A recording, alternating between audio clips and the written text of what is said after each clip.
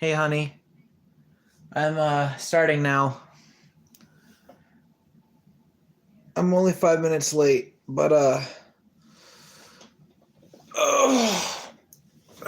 gotta go potty real quick. I'll be right back. I'll be fast so we can watch this.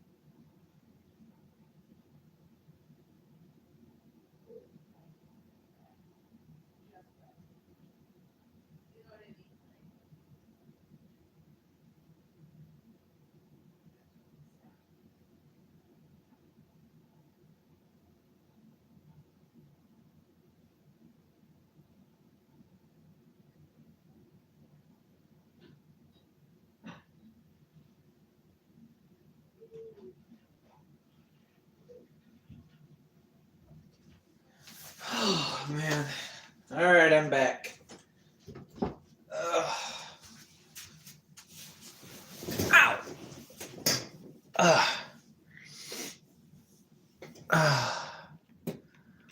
Two gargantuan beasts will crash courses. Actually, let me go ahead and turn it a little bit higher. There, 35 should be good for now. Two gargantuan beasts. Hey, Nico. How you doing, sweetheart? Beasts will crash courses in a battle of epic proportion.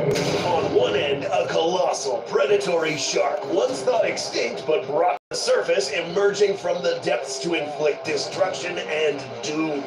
This, ladies and gents, is the... It's too bad you two have to be, not really competitive but protective of me, even though it's too bad it doesn't work like that. It's a shame. I love both you girls, but it sucks I have to try to be loyal to one, and I have to feel bad for the other one. On the other end, it sucks. A genetically modified monster brought back to life after being extinct to inflict terror and awe on anyone who lays eyes on it. This is InGen's Mosasaurus. This episode will cover all their battle attributes, speed, intelligence, weapons, and more to determine the outcome in a fight to the death between both contestants. There is only one spot in the top ranks of the ocean's food chain. Who will win? Watch till the end to find out as we witness the most epic underwater battle of all time, the Mosasaurus versus the MEG on Kochi Center's brand new Monster Face-Off. Before we enter the analysis platform, we will first make clear the proportions of these two creatures before they face each other in the arena. The MEG, or MEGs, were featured in the 2018 film. Here we were introduced to a massive, previously thought extinct shark who was surpassed by an even larger second specimen that appeared later in the film. The MEG creature designers from both the book and the novel did take the time to design a shark that looked more or less similar to the paleo-accurate Ototus megalodon that existed a while ago. This animal was not 100% accurate, but it did feature a bulky build that was seen in the real-life megalodon. Thanks to this, we will be capable of estimating the weight of this creature in this simulation. Recent methods of measuring megalodon using its vertebral column suggest that this shark could measure close to 70 feet and measure 100 tons. A 60-foot megalodon could hit around 50 tons. But how does this compare to Jurassic World's Mosasaur? This marine reptile is perhaps the most misscaled creature in the Jurassic franchise, often changing its visual scale literally every time it shows up on screen. Its official size has been changed frequently as well. Despite this, the most consistent metric is around 21.9 meters, or at around 72 feet in length. Note that any slight increase or decrease in size for both of these animals will result in a drastic change in mass. But we can figure it out if we use a paleo-accurate mosasaur and scale it up to the Jurassic World's iteration of this animal. The specimen known as Penza, who was around 12.5 meters long, will help us get an estimate of the mass of Jurassic's mosa. Using the square cube law, we can come up with an InGen mosasaur that measures around 72 feet and weighing at around 50 tons.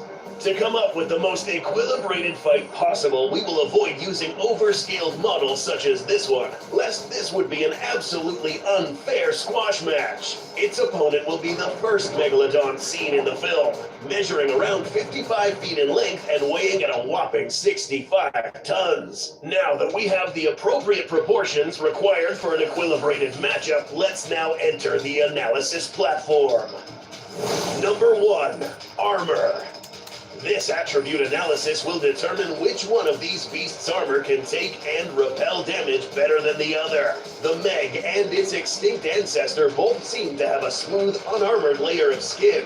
This layer, however, should not be underestimated. Upon taking a closer look, we find what is known as denticles, small teeth that are neatly arranged along the shark's skin that serve both as armor and hydrodynamic enhancements, not only giving the shark protection against trauma, but also reducing water, helping it swim faster and quieter. These thick hides were useful for both protection and body temperature insulation, meaning that it had to be thick. At around 8 inches of hide underneath the scales, thickest around the belly and neck. This layer or armor wrapped around a thick muscular creature would make it most difficult to bite on. But how does this InGen mosasaur compare to the MEG? It's worth mentioning that the real-life mosasaur and InGens differ greatly when it comes to armor. The real extinct mosa had scales that ranged in shape and size. Some even evolved to resemble shark denticles, which were also used to swim quietly underwater. This changes greatly when it comes to this genetically modified creature. InGen's mosasaur differs from the real mosasaur by having an array of osteoderms aligned on its back. Osteoderms differ from scales given that their bony composition makes them a bit more resistant, and these usually come with thicker layers of hide to firmly hold in place. The result is a stiffer layer of armor that It's called a reaction for a reason, buddy. Will be a lot more difficult to bite through. However, this also comes with its drawbacks. Having these protruding formations only means that unlike the shark, this guy will be creating greater water disturbance while swimming. In other words, this guy is going to be a loud swimmer, making the act of sneaking up on the shark almost impossible. Another drawback, and perhaps the worst one, is that this crocodilian-like armor does not seem to cover the underbelly of this creature. Yes, this armor does compensate for the lack of blubber found in the real mosasaur, allowing it to look more robust, but this coverage does not appear on this lower area, leaving it vulnerable to attacks from below. But is it still enough to win the edge? To find out, we must also take into account the shapes of these animals. On one end, we have a much more stout animal with a deceptively thick hide, making it difficult for any animal to inflict a lethal bite on a critical organ. And on the other end, we have a narrower creature with resistant armor on its upper body, but none that would provide reliable protection against a well-placed... I understand, but I don't know what else. I don't know what to talk about most of the time. Why else do you think I'm always quiet? If I had a lot of stuff to talk about, I'd be talking, but I like to learn more about this stuff because I'm not smart enough to know about these Mosasaurus megalodon type stuff. So in a way, I'm not stealing from Goji Center. I'm learning from him, and I already gave him credit, so he shouldn't be mad at me at all. Besides, this doesn't even have a thumbnail. Bite from below. I'm probably gonna try to find my own. I'll try to find my own thumbnail, but if I don't find anything good, then hopefully he'll give me a break on the copyright. If he does give me copyright. Hopefully he doesn't. But I'm gonna try to find my own thing first, and we'll go from there. For this reason, the first edge goes to the MEG in overall armor. Number 2, vulnerability. Initially, you would think that this is a category you don't want to win. The metric used to determine who wins the edge in this category is how well the contestant will perform in combat after the vulnerable points were critically hit. Beginning with the MEG, we find that being large means big exploitable weaknesses. In this case, the gills. Most sharks have a total of 5 gills. The designers of the MEG went ahead to give this shark 7. These gills now span a larger surface area. But why exactly are these a weakness? Let us explain. Gills require some degree of flexibility to function. After all, their purpose is to allow water to come through, allowing these creatures to intake oxygen. To allow this, sharks have thinner skin to allow said flexibility, which also makes the organs underneath more vulnerable and easily exposed if injured.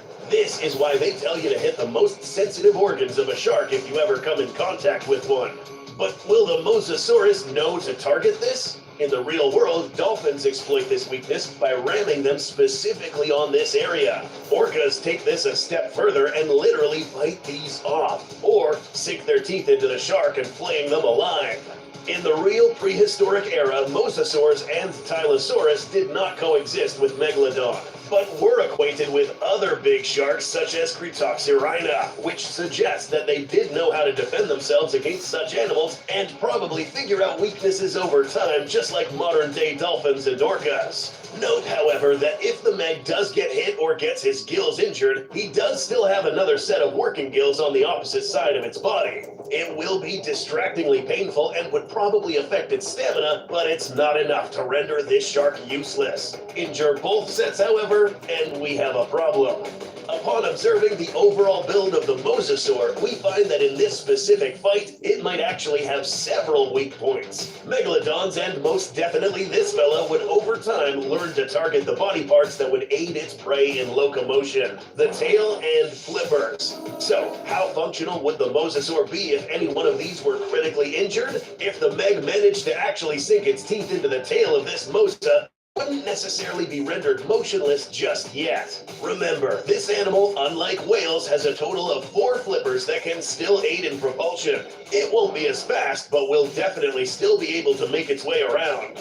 The problems start at the loss of 2 or more flippers, but getting to this point is really unlikely, given that the mosasaur wouldn't put itself at risk of losing more limbs, especially because it's an agile creature. So who wins the edge here? Although the MEG seemingly has less weak spots, they are relatively easy to get to by this agile creature, increasing the likelihood of the mosasaur hitting both and rendering this animal useless sooner. In contrast, if the mosasaur does get injured, its larger array of locomotive body parts will allow the mosasaur to stay in the fight a lot longer. This one is close, but for this battle category, InGen's mosasaur will take the edge when it comes to having less exploitable weaknesses. Number 3, stamina.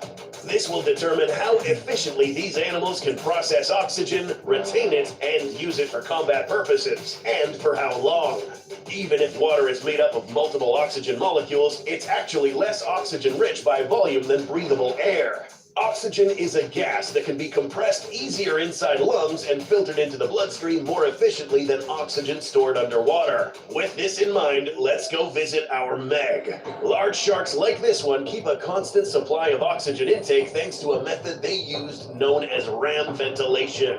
Swimming forward, forcing water past their gills, and keeping their mouth partially open, ensuring a constant steady flow of oxygen powered by muscles that can repair themselves rapidly from strain, allowing these sharks to swim onwards from the day they were born until the day they died. That's right, these animals need to constantly keep swimming or else they'll drown. So, how Yes, babe. What's up? does this tie in with stamina? To maintain high speeds, the MEG would be able to keep this momentum thanks to their mentioned hydrodynamic skin, requiring a short burst of energy to attain a certain velocity and then resorting to less potent movements to keep them at that speed. Problems begin to arise whenever this animal has to slow down, turn, and then...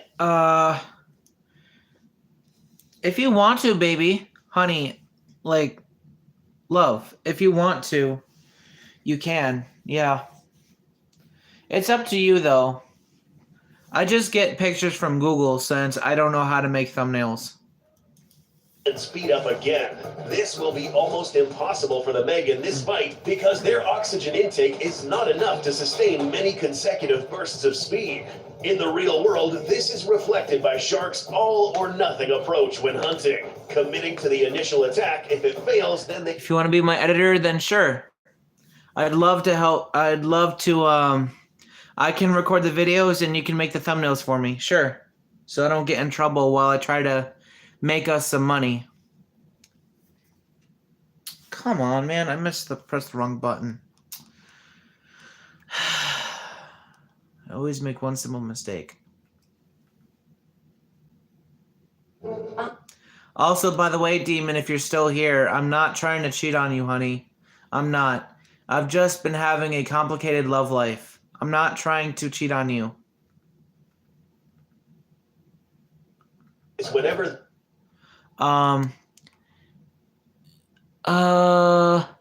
You can do, what do you feel like doing the most, Nico?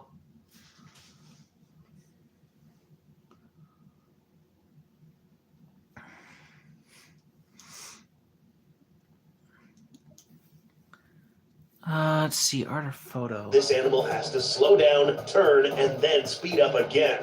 This will be almost impossible for the MEG in this fight because their oxygen intake is not enough to... If you want to do art, then sure. And just so you know, Demon, I still want to be with you, but I'm also trying to make sure Nico stays happy too. I don't want her to be too upset. So... if I go between spend a little time with her, then go back to you, do a little bit of time with her and all that stuff. I'm just trying to keep you girls happy. I'm not trying to get you mad at me that I'm cheating. Okay, it's fine, honey. It happens. Sustain many consecutive bursts of speed. In the real world, this is reflected by sharks all... But, bye. Alright, Nico, babe. It's just you and me, honey. Since Demon left. All-or-nothing approach when hunting, committing to the initial attack. If it fails, then they will retreat and wind up enough energy and momentum for a second attempt. The Mosasaurus is a lot different from the MEG in that it breathes air on the surface. Not only that, it's worth noting that the lungs of ancient marine creatures evolved to store as much oxygen as possible. Equipped with... Also, just so you know, Nico, I mostly am yours. I mostly belong to you, and only you. Forever, sweetheart.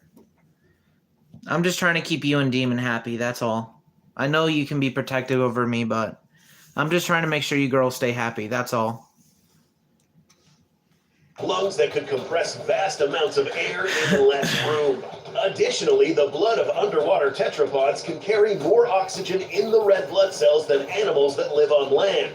In their case, special organs such as enlarged kidneys can act as extra repositories for oxygenated blood. Sort of like a diver's tank, this lets marine tetrapods exercise prolonged movement, more than an equally sized fish.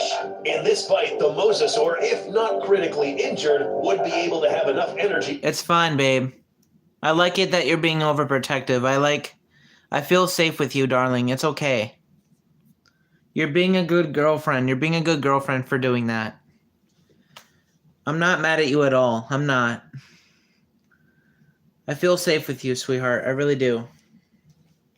And stamina to maintain a relatively active fight, moving around and changing directions faster and more efficiently than the MEG. It's no wonder why air-breathing organisms ended up being the dominant force in the oceans. In this particular battle category, we learn that the Mosasaurus will be able to keep up with a prolonged fight, giving it the edge. Be right back. Okay, sounds good, honey. In stamina. Number 4, agility. In this category, the one who takes the edge will be decided by the following metric. How quickly can these animals turn around and redirect their momentum? The MEG in the film seems to be pretty agile and nimble for an animal of its size. It has been seen to make 180-degree turns and change their ascent and descent along the y-axis pretty fast. But will this be enough to win the edge? This shark steers largely with just pectoral fins and a static dorsal as compared to the Mosasaur's 4 flippers. An important factor to take note of is its range of movement. Remember, sharks need to move forward for proper oxygen intake through the gills, meaning that the MEG cannot move backwards. That's right, sharks work only with unidirectional flow, meaning oxygen exchange requires water flow over the gills exclusively from the front, which puts a hard limiter on this shark's range of motion. Or worse, if this animal is shoved backwards or not allowed to move, this animal could potentially drown. That is, for a long time, since shark's blood can store lots of oxygen.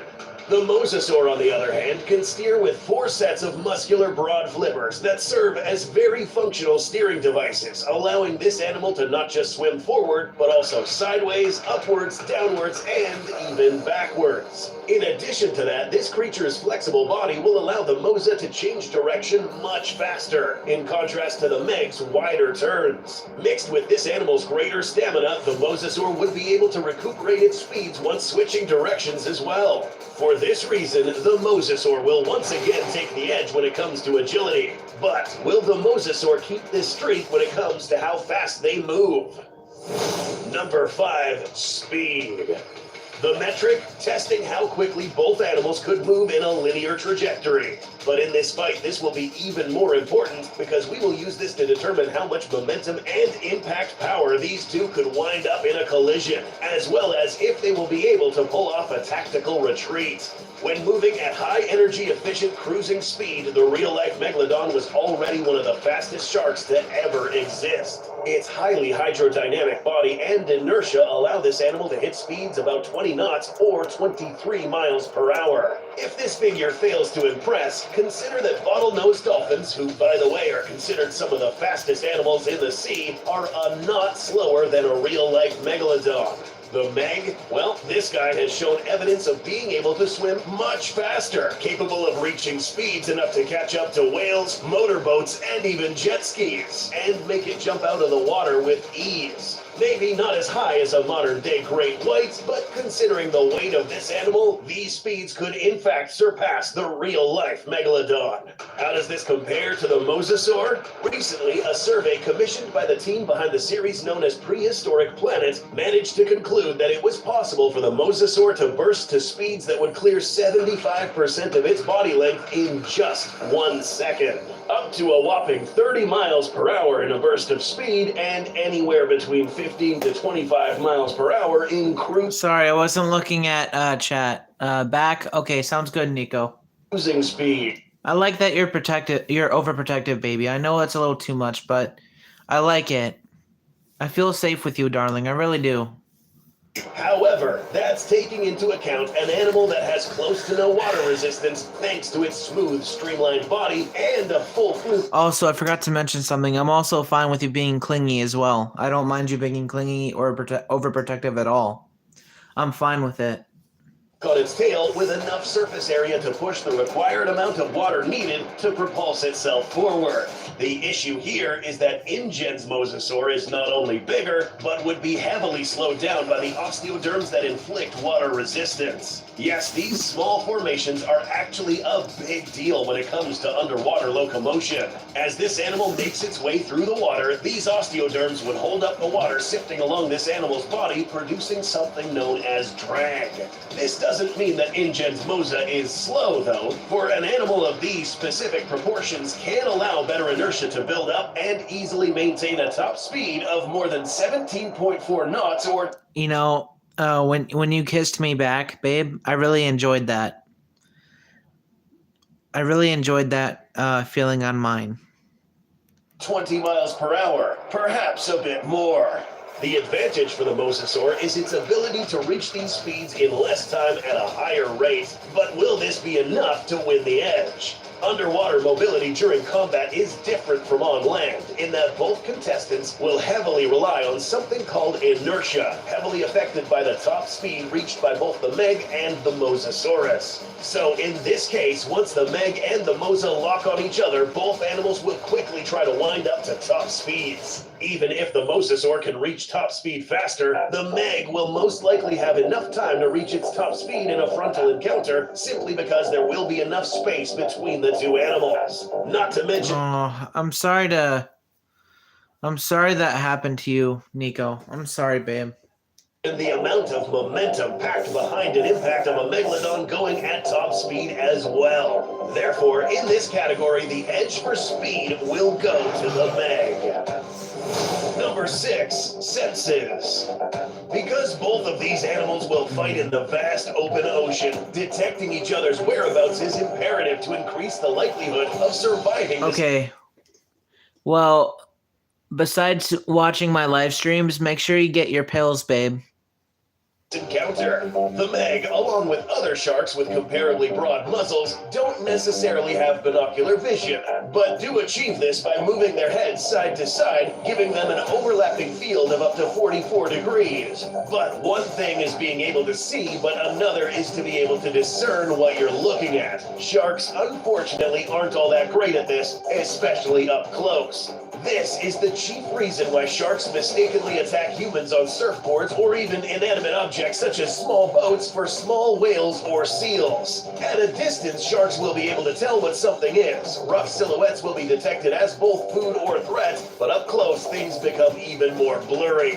The MEG, however, did show some signs of better than normal close-range vision, given that it did identify the organism that was causing it pain in this scene.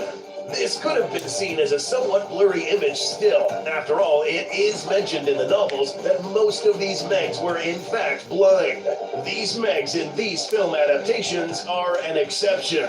Additionally, sharks have small electroreceptors known as ampulla of Lorenzini. Small mucus or gel-filled organs dotting the skin of sharks allow these to pick up electrical signals caused by muscular movements of any surrounding creature. These are even present on the sides of sharks, known as neuromats, acting as the inner ear cells of this shark. But how did this MEG navigate through its deep and dark habitat? It's possible that the MEG evolved traits found in modern-day deep-dwelling sharks, using a combination of their eyes to dim light contrasts and the ampulla to detect surrounding movement. Additionally, these guys have an infamously good sense of smell, not only picking up blood from miles away, but also distinguishing the scent of specific prey animals using other substances such as oil or loose skin cells or scales. This isn't particularly useful in combat, but will allow the MEG to detect the Mosasaur long before the Mosa detects him. InGen's Mosa brings two large eyes with some pretty neat adaptations to the battle arena. Scaling to the size of InGen's iteration of this creature, this animal's eyeballs would have been about the size of a large grapefruit, reinforced by large sclerotic ring bones for stability. These allow the eye to focus while moving quickly and changing direction underwater. Therefore, in this fight, the Mosasaur will be able to focus quickly on incoming objects and have a really good sense of where the shark is at all times, as long as it's in close proximity. Their binocular field of vision, however, is not as high as when the MEG is moving its head side to side, spanning at about 29 degrees, similar to modern-day monitor lizards. This is still enough for this scenario given their wide monocular vision. But what about their other senses, such as smell? It is known that the modern relatives of mosasaurs are snakes and monitor lizards, which wield a special body part known as a Jacobson's organ, which relies on its forked tongue to catch scent particles and scan them using this organ, sending this data to the brain for processing. The issue with InGen's version of the mosasaur is that there is no forked tongue, suggesting the lack of or a greatly diminished Jacobson's organ. This, however, could have been made up for with a better sense of hearing. Since this InGen mosasaur was a very vocal creature, it's only plausible for this animal to have a developed set of ears. On one hand, you have an oversized shark with capabilities of detecting the presence of another animal from miles away, making ambushing this animal practically impossible and slightly better than average shark vision. On the other, you have a creature whose vision makes it an able combatant in close range. Both abilities are important for this matchup, but because the MEG senses set it up better for an ambush against the Mosa, the MEG takes the edge in this category.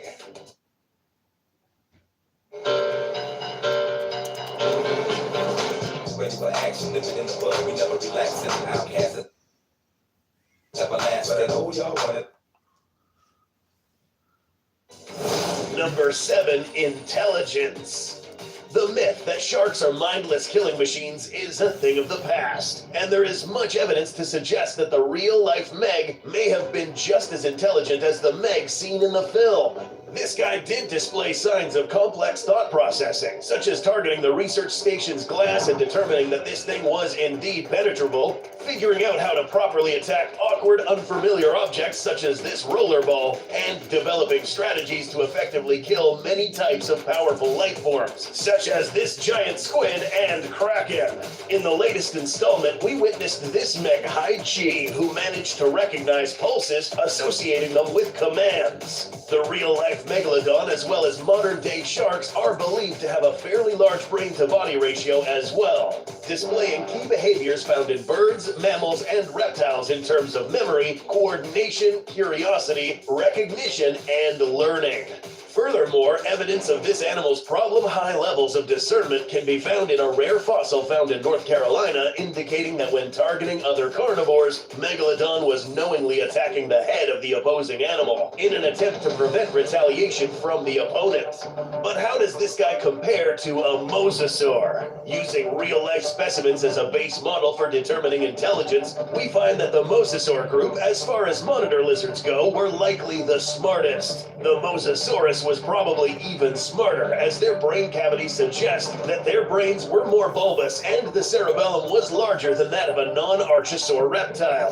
This implies cognitive abilities such as counting, distinguishing faces, social hunting, and advanced memory and learning capabilities. This is reflected by enough findings suggesting that these animals were able to figure out the anatomy of their prey pretty well. For instance, there are fossils of ammonites with cracked shells, indicating that the mosasaur would crack these to disrupt their buoyancy, and going as far as both adult and juvenile tooth marks on these, suggesting that the parents would actually train the younglings on how to hunt. InGen's Mosa was likely just as intelligent, with its genome not being purely that of a mosasaur, but most likely involving other animals. An example is how this animal was suspiciously friendly to humpback whales, possibly even able to communicate with each other, given that this animal does emit whale-like vocalizations throughout its appearances.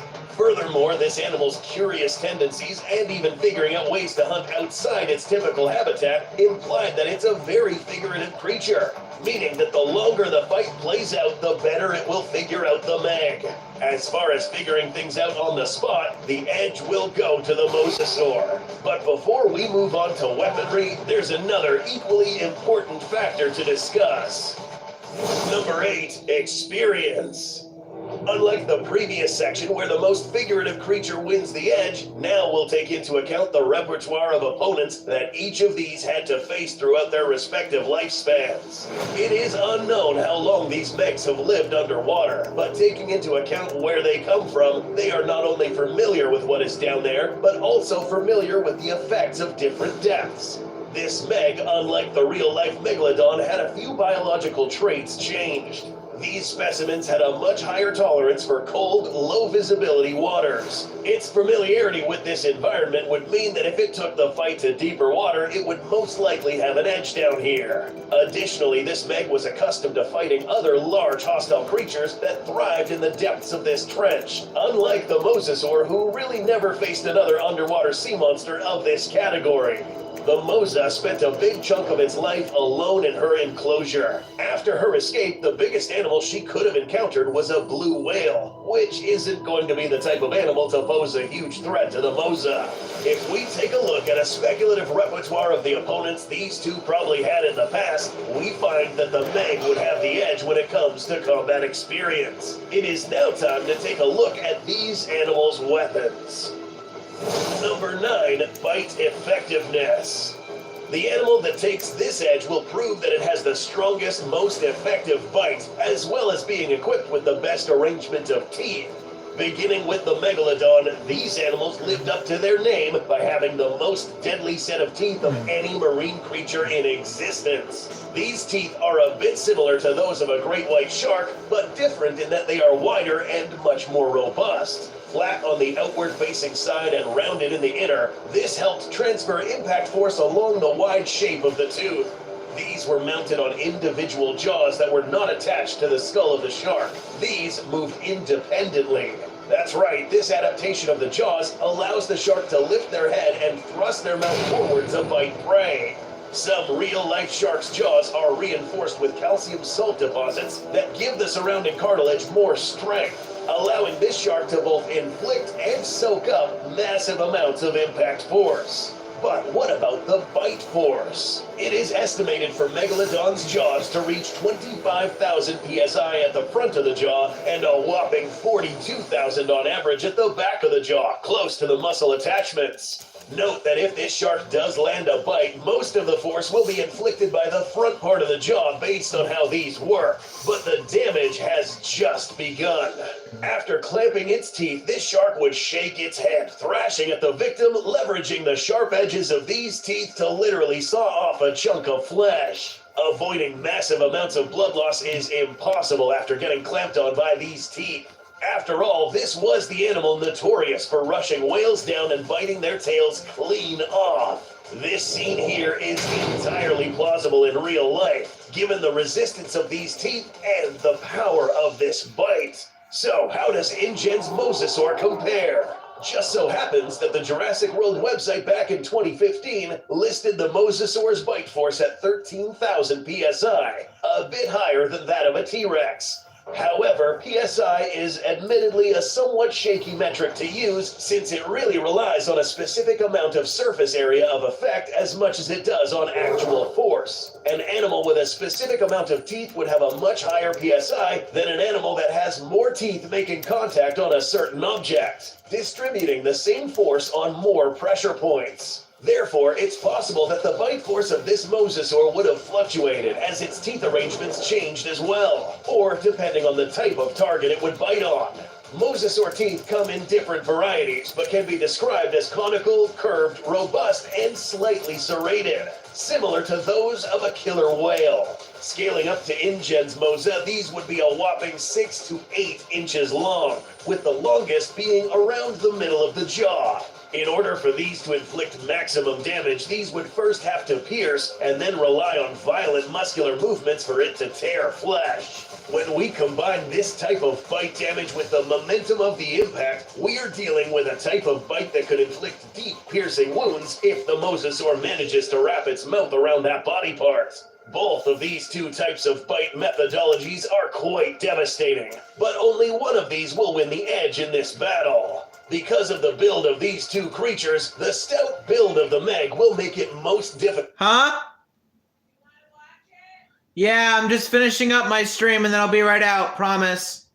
For the mosasaur to actually open its jaw wide enough to clap down and rip flesh comfortably, limiting these bites to the narrower areas of its body. For this reason, and because it has a much more deadly bite, the Megalodon takes a critical edge when it comes to bite effectiveness. Believe it or not, there is more these two have to offer in terms of weaponry. Number 10, auxiliary damage. Upon first glance, these creatures would seem like they can't do much else other than to bite each other to death, but you'd be wrong. Both of these creatures, as well as other marine animals, have been seen countless times to deploy another attack methodology, ramming. That's right, both of these animals are capable of exercising this maneuver to maximum effect. But who does this better? To find out, we'll have to account for 3 important factors: speed, acceleration, and surface area. Sharks are very well capable of ramming into prey, sometimes on purpose, but mostly to set themselves up for a follow-up bite. This can be done from the side or from below. As sharks age, their cartilage can also harden, approaching a density similar to that of bone, making this lightweight and strong material perfect for this sort of attack. Their nose, however, is pretty wide, meaning that any force, thanks to their superior swimming speed, will be mitigated because it will be spread along a wider surface area. This MEG can accelerate faster than your average shark, however, so this guy will have a higher ramming force than a real-life megalodon. This was seen in how this MEG effortlessly rams into reinforced objects such as hardened glass or steel. On the other hand, we have a slightly slower mosasaur, but one that can accelerate much faster and has a smaller nose. At first, you'd think that a smaller nose would inflict less force, but guess again.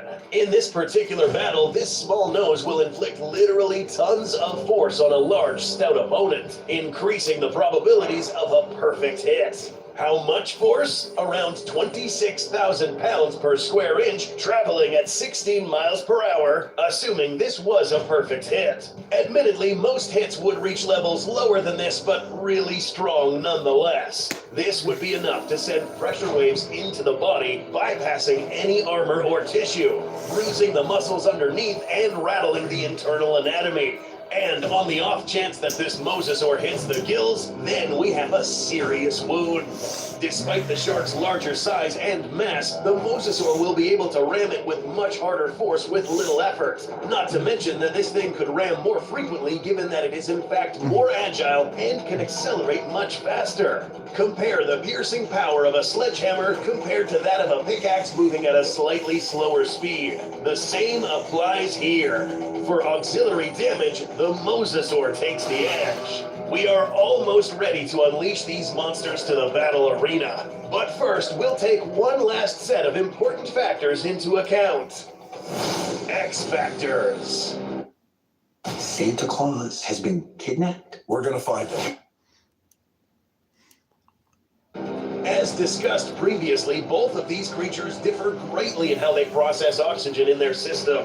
But perhaps the greatest difference of all is how frequently they acquire this element, or how they can die of the lack thereof. In the MEG's case, oxygen is acquired at all times as long as it's swimming forward. Any force that will prevent it from doing so for prolonged periods of time, or if it allows repeated damage to the gills, will cause this shark to drown. As this battle plays out, the MEG will run the risk of the mosasaur finding this out. So, the quicker this battle ends, the better. The mosasaur does not have the ability to extract oxygen from the water itself. It must swim up to take a gulp of air after its oxygen depletes. The risk here is losing enough limbs to prevent it from swimming upwards, or worse, being ambushed from below with an impact lethal enough to collapse the lungs. The stakes are high for these two creatures. Let's now enter the simulation platform. We are now ready to throw these two monsters in an underwater battle to the death. The MEG, with its massive, stout, and heavy body and weapons, wins the edge on armor, speed, battle experience, senses, and bite effectiveness. The mosasaur, with its slender, agile build and deadly weaponry, wins the edge in being less vulnerable, greater stamina, agility, intelligence, and auxiliary damage. The watery arena is ready. Coming up, the MEG versus InGen's Mosasaurus. It's time for a death battle!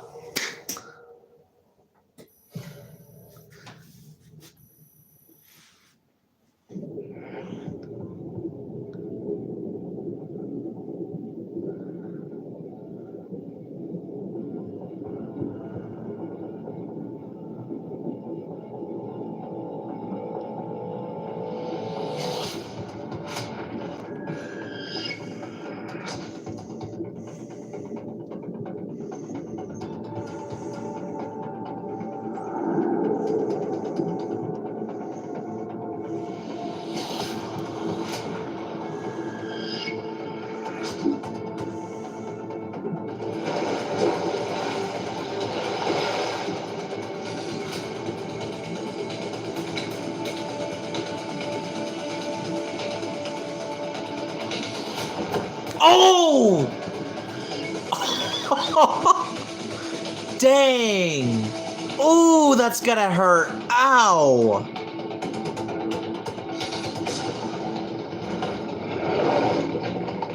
Oh! Dang! Oh, well, that's a flipper gone. Youch! What you gonna do about it, Mosa? What you gonna do about it?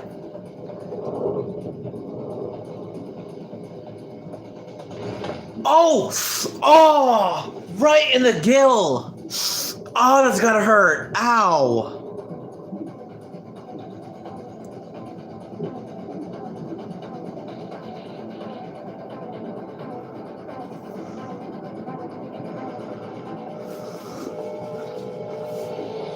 Oh! Damn!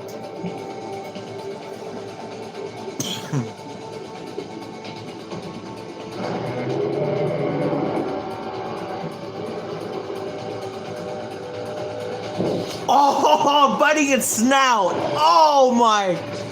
Oh! Oh! I felt that! Oh my god, that hurt!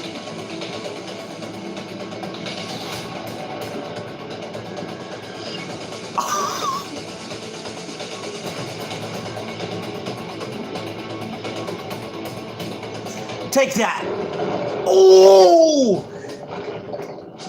Oh! In this Yes! between these two animals, That's who I wanted to win. My money was on the shark. Let's go! I won! the MEG ended up as the indisputable victor. Yes! So why did the shark win? Upon further analysis, we find that both corporal armor and bite effectiveness were the battle attributes that weighed heavily when it came to determining the results of this battle. Because the shark has the higher likelihood of detecting the Mosasaur first, this battle scenario began with the shark attempting to ambush the Mosasaur. Near miss. The Mosa manages to dodge the attack. After committing to the first charge, the MEG now continues swimming to wind up momentum for a second assault. But the Mosa strikes first. Having a stout body and thick skin is always helpful, and the Mosa lets go of the shark and resorts to ramming. The shark, aided by the impact, now turns enough to shred through the Mosa's hind flipper. The Mosasaur has never felt anything like this before. Panicking, she swims away, but now picks up on a weakness. The MEG now initiates a tactical retreat, but the Mosasaur is not finished. Knowing that these are a weak spot, the Mosa reaches for the gills, but the shark's increasing speed only limits the damage inflicted by the Mosa. We are now in deep water, a dark place where the shark takes full advantage. Injured but not defeated, the Mosasaur now knows where this shark is, and both find themselves committed to a frontal attack. The hardened head of the MEG proves too hard to bite through. Panicked and tired, the Mosasaur swims rapidly away from the MEG to reach the surface. In doing so, it gives the shark enough time to wind up the last attack. There's no swimming away from this one now. Taking form as a combination of a hellish amount of saw-like teeth and a heavy body carried forth by high speeds, this shark managed to land a blow to the side of the Mosa. I'm not even mad. I'm not even mad that the Mosasaur lost. I put my whole entire money on the Megalodon. And she pulled through. She pulled through. Let's go. I'm so happy she won. This provides little to no resistance to this sort of attack. The MEG That is why the Megalodon is my favorite shark. And the closest relative to it is the great white shark. manages to crunch through the bottom ribs into the soft belly, spilling everything out. The Mosa met its end at the jaws of this megalodon. But regardless of the outcome, there is no doubt that had these two swam our oceans, we'd be witnessing one of the most epic ocean battles in history. Special thanks to our team of researchers, animators, artists, and modelers that helped us bring this fight to life. If you want to see more of these fights and look at some behind the scenes, please consider becoming a member of the channel, buy merch, or simply hitting that subscribe button. Thanks for watching, and we'll see you in the next one. That was awesome. Oh my god. W video. W fight, W video. W everything about it. That was awesome. Oh my gosh.